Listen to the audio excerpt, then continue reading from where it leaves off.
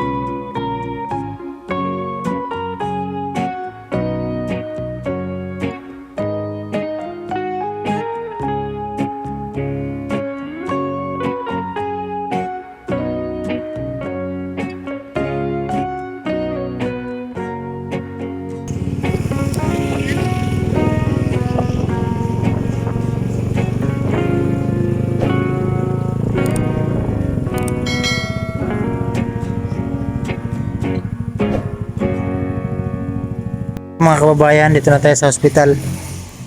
Puntahan natin ngayon si nanay. Nandito kasi sa loob. So para mapabutan natin ng tulong ngayon. So ito na yung emergency room dito sa ospital.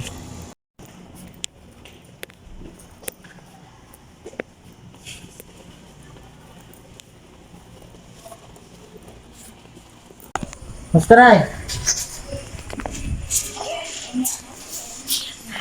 Ay, okay na ba kayo sila? Okay na siya sila? Pero sa hospital ka? Ha?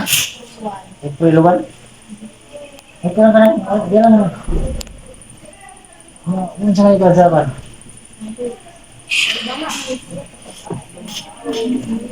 Ha? May amoeba?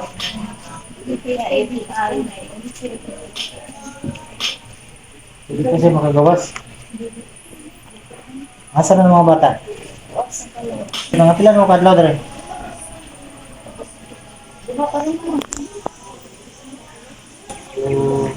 Ang bilin na rin si Kuan lang. Puli-puli naman sa Kuan.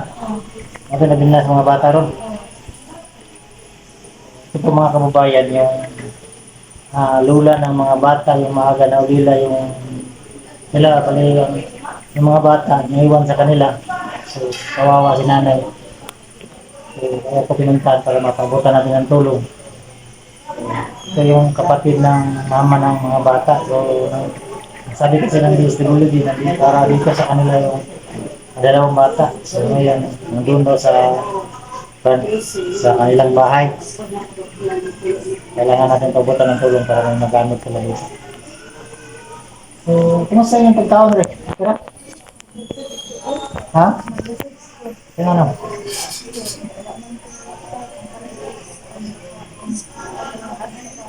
Wala kayo pala kong pagkaon?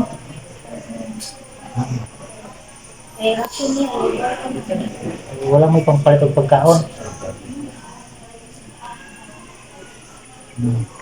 Ang sabi natin, mahirap talaga daw dito sa hospital kasi may pambili nila ng pagkain ng wala.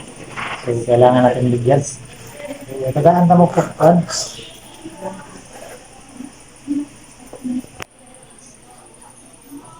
Nice. Oh, 1,000.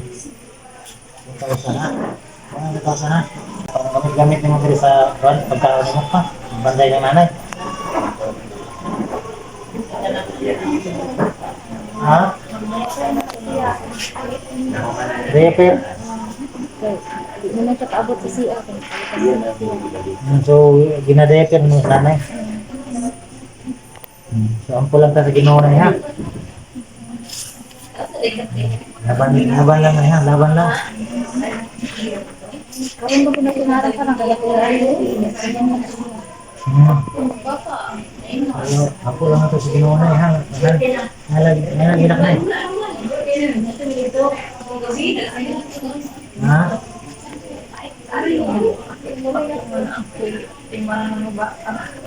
Sige lang, ampo lang ito sa ginawa na yan. Nagilak ha. Laban lang kaya napakaya po doon kabuk ha. Kung dili ka mo laban, kung sa lang ang duwa, si Sasi at si Isay. Siya po yung nagalaga sa yung dalawang bata.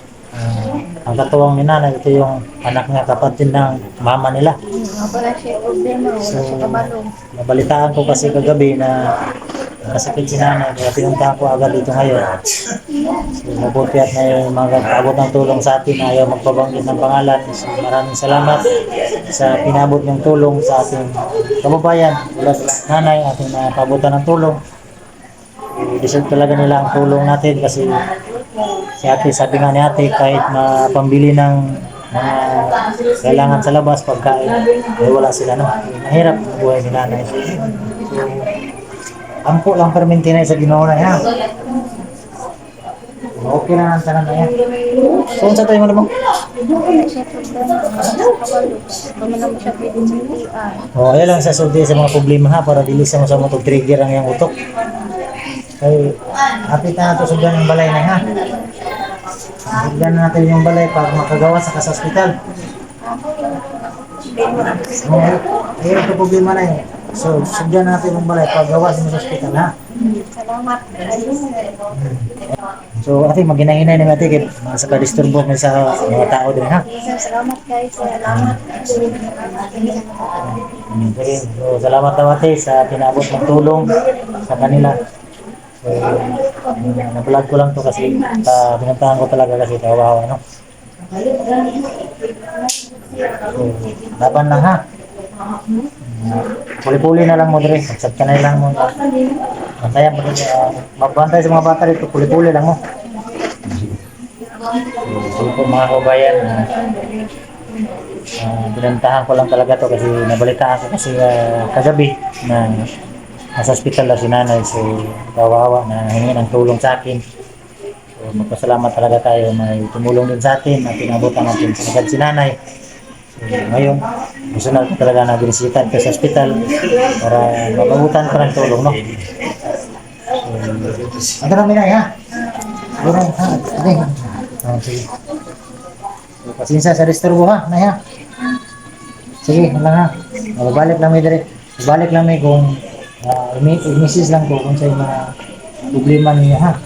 Okay. So, yun po mga kababayan, at pagpasensya nyo na yung boses ko kasi yung mic ko din na hindi ko nadala dahil na-emergency yung pag-alis ko. So, nakalimutan ko.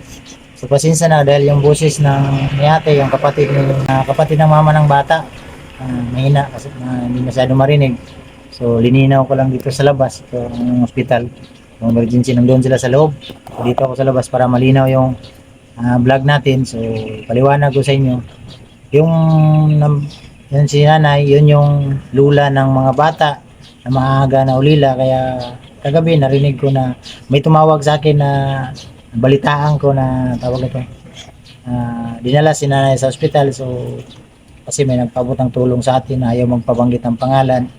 So agad kong binuntahan si nanay para mapabutan natin ng tulong. Kasi sabi nga ni ate ay kahit pang bilhin nila sa pangailangan dito sa ospital ay wala talaga sila.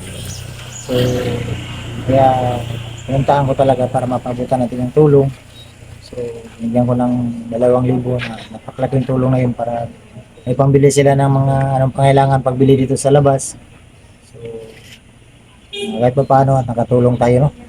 So pasensya na po mga kababayan at sa gaya ng sinabi ko, hindi ako nakapag-vlog ng ilang araw kasi dito din ako na hospital galing, yung anak ko na dinala dito sa hospital kaya natagalan ako sa pag-upload. So sa gabi nabalitaan ko na naman si nanay. So, pinuntahan ko ngayon na hindi ko lang binablog yung tungkol sa anak ko kasi maraming nagsabi doon bakit daw binablog ko yung anak ko na nagkasakit. So hindi ko na lang binablog. So si Junald na gumawa ng reaction yun tungkol sa yung time na nagka-hospital yung anak ko. Sa awa ng Diyos ay nakalabas na naman. So 4 na araw pa bago kami nakalabas. So, lungkot lang ako kasi kawawa si nanay. Siya kasi yung nag-alaga ng mga bata. Yung 2 bata na iniwan ng ama at saka papa. Mama. Kawawa sila. Kaya ako pinuntahan talaga ngayon na paano makatulong tayo sa kanya. So sa ating mga sponsor, maraming salamat sa inyong lahat kasi nakapatuloy tayo sa pagtulong dahil sa inyo. Kasi kung hindi dahil sa inyo ay hindi na ako makatulong sa ating mga kababayan. Alam niyo naman na yung channel ko ay minsan lang tayo nakapag-vlog dahil na wala tayong pang-suporta sa ating channel, no? So, salamat sa mga nagpaabot ng tulong na nakapag-vlog tayo ulit. So thank you. At magpasalamat din ako sa aking kaibigan si Ili. Thank you Dol sa yung pagsuporta sa akin. Thank you sa lahat ng mga aking mga subscriber. Maraming salamat sa ating mga viewers na palaging sumuporta. Maraming salamat. Kung hindi dahil sa inyo ay wala rin ako dito ngayon. So patuloy natin sa ating pagbablog kung ano yung kaya natin, ano. So ngayon sana na week ay umpisahan na yung bahay ng mga bata. So yun na naman si nanay, doon naman sa ospital. So kawawa. So siguro paglabas awa ang Diyos, makauwi na si nanay, umpisahan na natin yung ating pabahay kami nanay, no? So, maraming salamat po mga kababayan at dito ko na lang tatapusin ang vlog ito. God bless you. Bye po.